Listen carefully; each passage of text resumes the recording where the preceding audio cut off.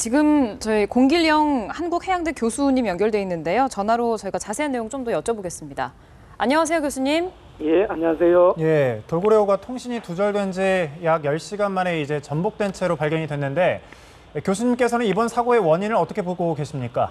예, 첫 번째는 어제 날씨가 안 좋았습니다. 예. 저희가 통상 풍랑주의보라고 하면 초속 14m 이상 불 때 풍랑주의보인데 네. 현재 보도에 의하면 초속 11m 이상이니까 풍랑주의보는 아니지만 상당히 바람도 셌고 또 파도도 너울성 파도가 높았다는 게 주 원인이고, 네. 두 번째는 그 선장이 통신 중에 잠깐만 하고 들어간 것 보면 예. 선박에 뭔가 이상 현상이 있었던 것 같습니다. 아. 지금까지 내용으로 보면 아마 그 바다에는 그 어구들, 폐 어구들 이런 것들이 많이 떠다닙니다. 로프 예. 같은 것들. 예. 이런 것들이 이제 프로펠러에 걸리기도 하는데 날씨가 좋을 때는 이제 프로펠러에 걸린 로프를 빼내고 다시 운항도 하고 이렇게 하는데 예. 날씨가 나쁠 때는 그렇게 할 수가 없습니다. 그러다 보면 이제 프로펠러가 돌아가지 않으면 선박은 급격히 보건성을 상실하게 됩니다. 그래서 네. 너울성 파도나 강한 바람에 갑자기 전복될 수가 있습니다. 네. 이렇게 급작스럽게 된 것은 어떤 돌풍이나 너울성 파도가 불고 있는 와중에 엔진이 정진된 상태에서 아마 전복된 것으로 그렇게 파악할 수 있겠습니다. 네. 그러니까 줄이나 이런 게 프로펠러에 걸리는데 날씨가 좋을 때는 큰 문제가 안 되는데 날씨가 안 좋으면 이게 사고의 결정타가 될 수 있다는 말씀이신가요? 그렇습니다. 기관 고장을 일으키고 프로펠러가 돌아가지 않을 경우에는 네. 선박은 높은 파고에 바로 전복될 수가 있습니다. 예. 지금 돌고래 1호 선장으로 알려진 분께서 날씨가 안 좋으니까 돌아가자는 이야기를 하려고 돌고래호에, 그러니까 사고 선박에 전화를 했는데 연락이 닿지 않았다. 돌아가자는 말을 못해서 참 안타깝다고 인터뷰를 하셨는데, 이렇게 연락이 안 될 경우에 배끼리 연락하는 다른 방법은 없습니까? 예, 이제 첫 번째는 저는 소형 그 낚싯배들은 주로 우리 핸드폰으로 연락을 합니다. 예. 그런데 이제 선장이 핸드폰으로 통화를 하고 있다가 선박에 갑작스러운 이상 현상이 생기니까 네. 프로펠러가 돌아가지 않고 이상하게 생기니까 잠깐만 하고 나간 순간에 아마 그 높은 파고와 강한 바람으로 선박이 전복되면서 더 이상의 통신은 안 된 것으로 그렇게 생각이 되었습니다. 예. 네. 앞서 그 초속 14m 이상이면 뭐 강풍주의보, 풍랑주의보입니다. 풍랑주의보가 이제 발효가 된다고 하셨는데 예. 현재 그 순간 풍속이 초속 9m에서 11m, 파도 높이가 2에서 3m 정도라고 하는데 이 정도는 보통 배들이 출항을 합니까? 낚싯배의 경우에는 어떻습니까?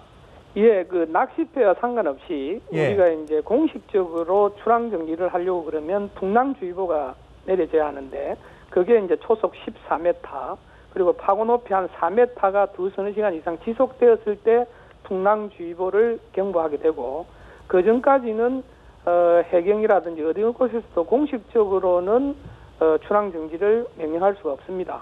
그렇기 때문에 낚싯배는 아마 출항을 했을 것 같고, 예. 또 여러 곳에서 낚시를 하고 있었지 않겠습니까? 네. 예. 그러다 보니까 이제 그 날씨도 안 좋아지고 이러니까 낚시꾼들이 이제 철수하자라고 하니까 이 낚싯배가 여러 곳에서 아마 그 낚시하신 분들을 태웠던 것 같습니다. 예. 그러다 보니까 출항하고 한 40분이 지났음에도 불구하고 그 추자도 인근에서 약 500m 인근에서 멀리 가지 못한 것은 네. 여기 낚싯대에서 여러 낚시하신 분들을 태웠기 때문에 아마 그렇게 했고, 그다음에 이제 다시 이제 그 해남으로 출발하려고 하는데 네. 파도가 너무 높기 때문에 돌고래 1호 선장 입장에서 볼 때는 돌아갔으면 좋겠다라는 판단을 할 수 있을 것 같고, 그 전에 이제 돌고래호는 선박에 이상 현상이 생겨서 전복된 것으로 판단할 수 있겠습니다. 그렇군요. 저희가 사실 세월호 사고 이후로 배 사고 이야기만 나오면 가슴이 좀 덜컹하는데, 그때도 나왔던 이야기가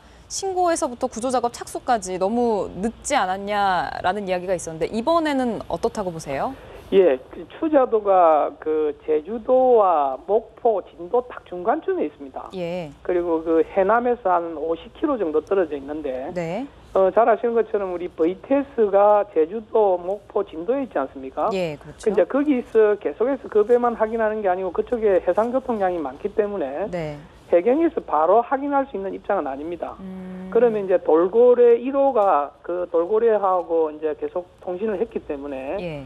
그 통신이 두절되면서 뭔가 이상을 느꼈을 때 바로 그 해경에 신고를 했으면 1시간 이상 그 신고가 빨라질 수 있었는데 네.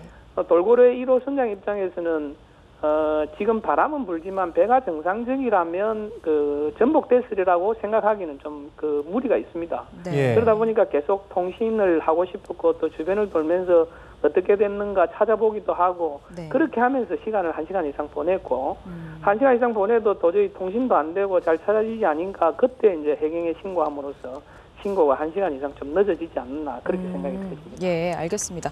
그 세월호 당시에도 저희가 마지막까지 희망을 걸었던 게 에어포켓이었는데 이번에 사고가 난 이 작은 배 같은 경우에 조금 전에 저희가 배를 직접 모시는 선장님을 연결해서 여쭤봤더니 에어포켓이 남아있을 가능성은 거의 없다고 보신다고 말씀하셨거든요. 교수님 보시기엔 어떻습니까? 예, 세월호 같은 경우는 배 길이가 100m 이상 되고 큰 선박이고 예. 그렇지만 이번 그 낚싯배 같은 경우에는 10톤이면 배 길이가 10m가 안 됩니다. 예. 그렇기 때문에 이제 급격하게 전복이 되면 그 에어포켓이 있다고 판단하기 힘들고 또 그 배가 작기 때문에 아마 선내 타고 있는 분도 배가 뒤집히는 순간 다 밖으로 튀어져 나옵니다. 예. 또 그 갑판이 넓고 빨리 튀어나올 수 있는 구조이기 때문에 그래서 아마 선내 남아 있는 분들이 있으리라고 생각이 안 되고 또 해경도 보도를 보니까 특수 구조대들이 이제 선내 수색을 1차 마친 것으로 네. 그렇게 판단되어지기 때문에 현재 그 바람과 파도 방향 지금 조류 말씀을 하고 있습니다만은 그쪽은 주로 이제 해상이 넓은 곳이기 때문에 예. 조류의 영향보다는 그 파도의 방향과 바람의 방향이 중요합니다. 그래서 그 방향에 떠밀려서 아마 북동풍이 불었기 때문에 예. 남쪽으로 그 추자도 남단으로 아마 떠밀렸을 겁니다. 예. 그래서 1시간에 우리가 한 2, 3km 이상 떠밀려 내려가기 때문에 아마 그 추자도 인근 무인도라든지 그 남단 쪽으로 아마 그 실종자들이 있을 것으로 판단되어지고 그리고 그 낚시하신 분들은 그 해양 안전에 어느 정도 감각이 있으신 분들이기 때문에 예.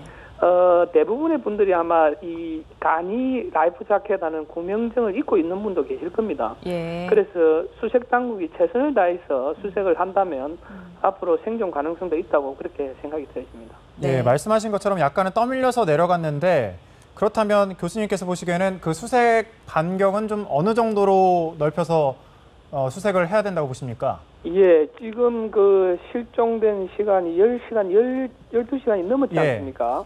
그리고 이제 사고 초기에는 거기에 바람과 풍랑이 그 너울성 파도가 높았기 때문에 선체도 아마 지금 실종 지점에서 남단으로 많이 떠내려간 것 같습니다. 그래서 바람 방향에 따라서 이렇게 선체도 그 지금 현재 전복된 선체도 더 내려갔고 네. 그리고 실종자들도 아마 그쪽으로 많이 더 내려갔기 때문에 지금 생각에는 거의 한 10km 이상 반경을 추자도 반경 10km 이상을 좀 넓혀야 되기 때문에 아마 해경에서 헬기도 투입하게 되고 여러 가지 장비를 투입하는 것으로 그렇게 판단이 되어집니다.